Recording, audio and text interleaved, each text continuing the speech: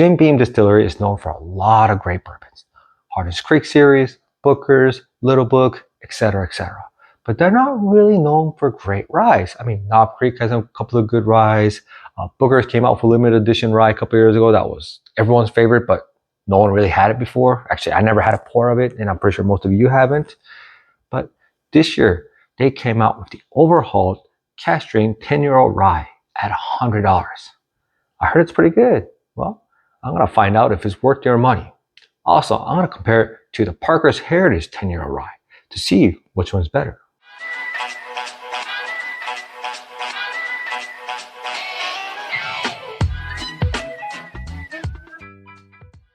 Welcome to Whiskey. My name is David.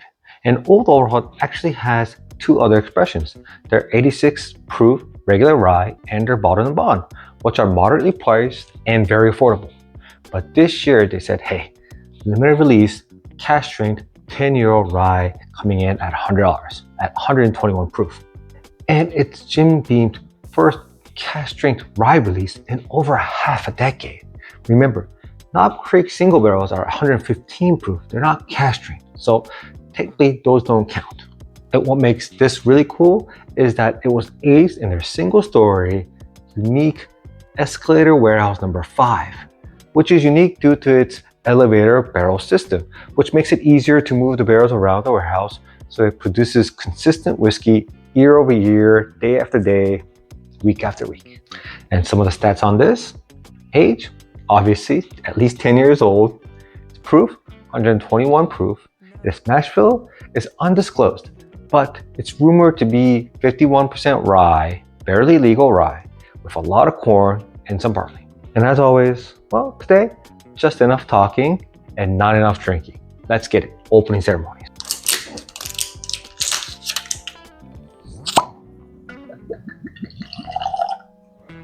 All right, I'm gonna let this open up for a couple minutes. I'll be right back. All right, I'm back. So before I fast forward through my experience to get you the results faster, I'm gonna give you my first impressions. First, the nose. Wow. All right, I'll be honest with you, it doesn't nose like a rye. It actually noses like a regular E.H. Taylor small batch, if you know what I mean. All right, the palate. All right, it tastes like a rye, but a really good one. All right, I'll see you on the other side.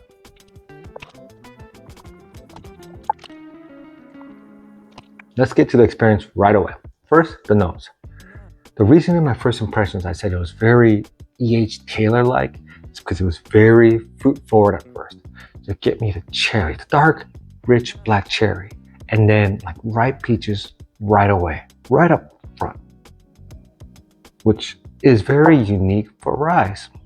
And then it hit me with the sweetness, brown sugar, caramel, and then went to a little bit of spice, nutmeg, and then slight maple wood chips, not maple syrup. So it didn't give me the rich maple, or it's not the primary sweetness. It just gave me a hint of it, like you would do in a maple wood chip smoked barbecue. I get that a lot, the fruit forwardness in like an E.H. Taylor single barrels especially, but also in some of the small batches, and that's what really reminded me of. I really liked it. The nose, almost for a rye, gotta say, perfect. If you're enjoying this content, please push that like button. It really helps me out. And if you haven't subscribed, please do so you can get more of this guy drinking more whiskey. And who doesn't like that? And then the palate. And this was very interesting because the first sip, rye spice right away. I could tell that it's a rye. I know the rumors is that it's 50%, 51% rye or barely legal rye, but it felt like more of a 70% rye. Because I knew it was there, I knew its presence, but it was in a good way. It didn't overtake the mouth, it wasn't too hot or spicy, but it surely made its presence felt. And then it went to the sweetness. It got a little bit of like powdered sugar sweetness instead of the brown sugar or the caramel. And then the fruit. I got peaches, ripe peaches, some apricot, and then some orange. But it was a sweeter orange. So it's more like a orange jam or like an orange soda. Very good sweet orange. I got slight vanilla, sweet oak, and then the mouthfeel was fantastic. Very oily, very viscous, very all over the place. And then the finish. Very unique finish. So it was long, and And then it gave me a little bit of black peppery feel and a sweet oak. But then at the end, it gave me a sweet cinnamon right here. It's very interesting because I didn't get much cinnamon here, but I got a lot of sweet cinnamon here. And it was wonderful because it made me want to go back again and again to make sure that was the case, because I kept on saying, why don't I get the cinnamon here, but I get it here? And obviously I finished it just trying to find it, but also it was great tasting. So for 121 proof, get the rye spice, but it surely is a crushable rye. With all that said, experience score for this bottle, 8.5, outstanding.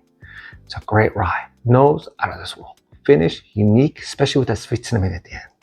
But the palate, again, nitpicking is that it gets a little too rye forward in the beginning. So the first sip or two hit with the rye much more than you would expect.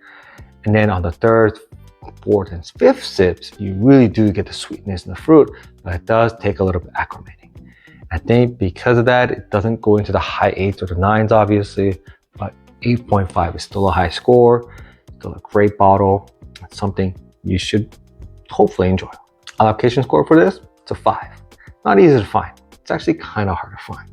But because it's not well known, because Old Overholt doesn't have a great brand name, it does sit on the shelf. Like I got this about 2 weeks after it was on the shelf because I didn't even know about it. Or I knew about it, but I wasn't sure if I should buy it at $100. Then I did some research. 2 weeks later, I decided to buy it. About 4 weeks after that, then it sold out. So it does sit on the shelf because of the high price point and because the brand name isn't that well known. And for style points, it's gonna be a 5. It's gonna be either middle shelf or even bottom shelf. The reason is, Old Overholt brand name, as I mentioned, it's not well known. It's more synonymous with affordable, or I guess cheaper rye whiskeys. And so a lot of people are just gonna look at this and be like, oh, it's gonna be a cheap whiskey. Even if it's at 10 years and cash strained, you're gonna think it's $40, $50 instead of $100 really good rye. So hopefully this will change perception, its image, and the next one they release, I can give it a higher style point. But right now, not well known. And the price, MSRP $100, secondary market, I don't think there is any. I haven't seen it. I haven't seen anyone sell it or buy it in the secondary market. So $100. With all that combined, my final rating for this bottle, it's a buy. Have one on your shelf. Even though it might not be easy to find, it might be hard to find in your area, try to find it. It's worth the hunt. At $100 for a 10-year-old rye whiskey that's good, this good, and with a lot of fruit, it is a great experience. The finish, again, I know it's, you drink whiskey for the palate, but the finish really carries it over the top. I think if the finish was just normal, I think I might have gave this a whole rating, but because the nose was so great and the finish was so unique with that sweet cinnamon at the end, it's worth buying, it's worth having on your shelf because it's very, very unique. Now to the second part of the video. Is this better than the Parker's Heritage 10-year-old rye came out this year? Now, this sample was provided by a local friend here, Doug. Thank you so much.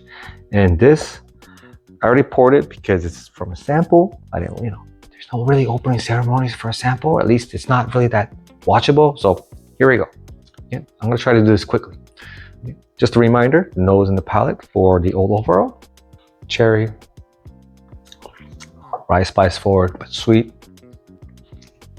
And that cinnamon, sweet cinnamon at the end. I keep on telling you. And hopefully you'll have a chance to experience it. But that is really, really unique. It's not getting it here, but getting it here, it's actually really fun. All right, on to the Parker's Heritage 10-year-old rye. Now, I've been really looking forward to this. Nose. All right, this is really good. It gives you a candied watermelon type of feel. And brown sugar, caramel, barely any spice.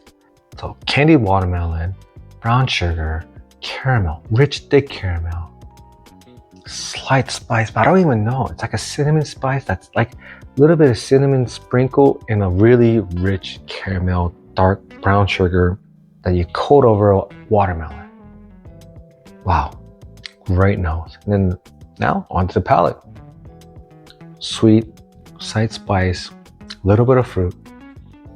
The rye presence is there. There's not much fruit.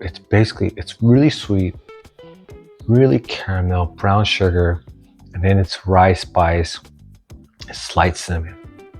And the same thing in the finish.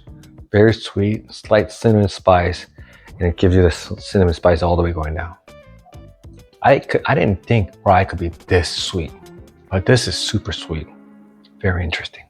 Which one's a better experience? Parker's Heritage 10-year-old rye.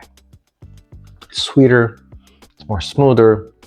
I think it has a better mouthfeel and the finish. I don't want to say it's longer, but it does have a little bit more better experience, especially with that candied watermelon note. That was very good.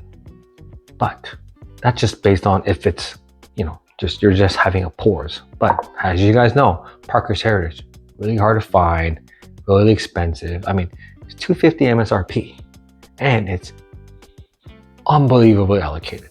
I've seen it at $400 on some liquor stores, $500 in some liquor stores, even at MSRP at $250. Would I want 2 bottles of this at $200 or 1 bottle of this? I'd rather take 2 bottles of this. Score-wise, this was 8.5. I think if I had to give a quick score, it would be about an 8.8.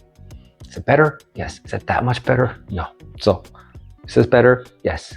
But relatively, this is a better value. And I think if you can't get this, I think getting this is a good alternative to this bottle.